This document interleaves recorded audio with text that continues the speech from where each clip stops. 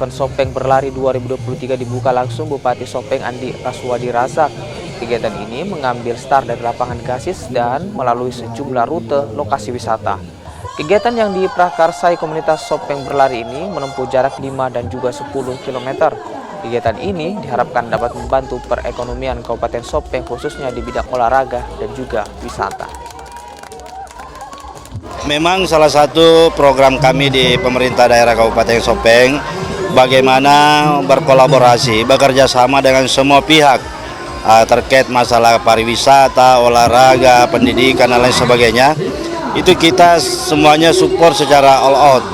Baru-baru ini ada event-event besar yang kita laksanakan, Porseni PGRI Selatan, kemudian Gauma Raja Budaya, dan hari ini kita saksikan Sopeng Berlari. Alhamdulillah semuanya terlaksana dengan baik karena kerjasama kita semua.